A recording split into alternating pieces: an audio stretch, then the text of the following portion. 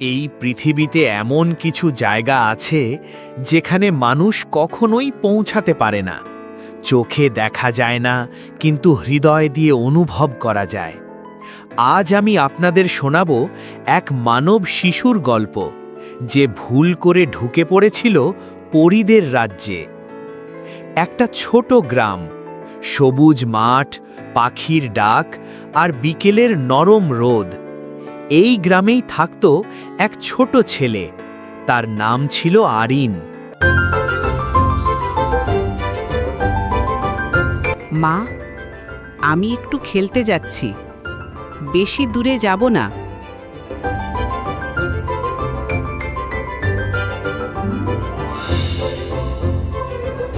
খেলতে খেলতে আরিন চলে গেল গ্রামের শেষ সীমানায়। সেখানে ছিল এক গভীর বন। হঠাৎ সে দেখল একটা অদ্ভুত আলো। আলোটা যেন তাকে ডাকছে। এই আলোটা কি? আমি একটু কাছে গিয়ে দেখি। আর ঠিক তখনই এক ঝলক আলো, সবকিছু অন্ধকার। আরিন অজ্ঞান হয়ে পড়ে। চোখ খুলতেই আরিন দেখল এক অদ্ভুত জগৎ। আকাশ নীল নয়, হালকা গোলাপি। ফুলগুলো উড়ছে আর বাতাসে ঝিলমিল আলো। আমি কোথায়, মা? মানব শিশু? এটা কিভাবে সম্ভব? নিয়ম ভেঙে গেছে। মানব শিশু পরীর রাজ্যে ঢুকেছে। খবর ছড়িয়ে পড়ল পুরো রাজ্যে।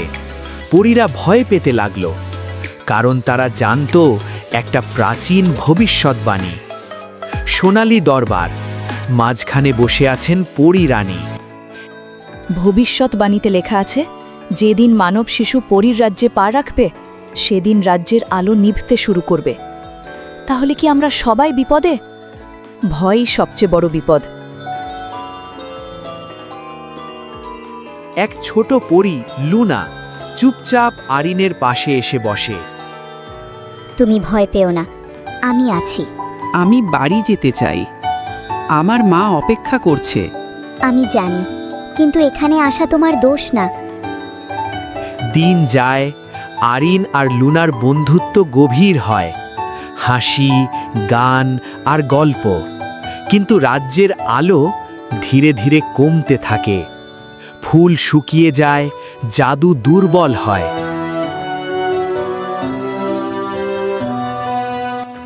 রানী, সময় শেষ। মানব শিশুকে ফেরত পাঠাতেই হবে। আমি জানি, কিন্তু হৃদয় মানে না। রানী আরিনকে কোলে নেন, চোখে জল। কিছু ভালোবাসা ধরে রাখা যায় না, ছেড়ে দিতে হয়। আমি তোমাদের ভুলব না।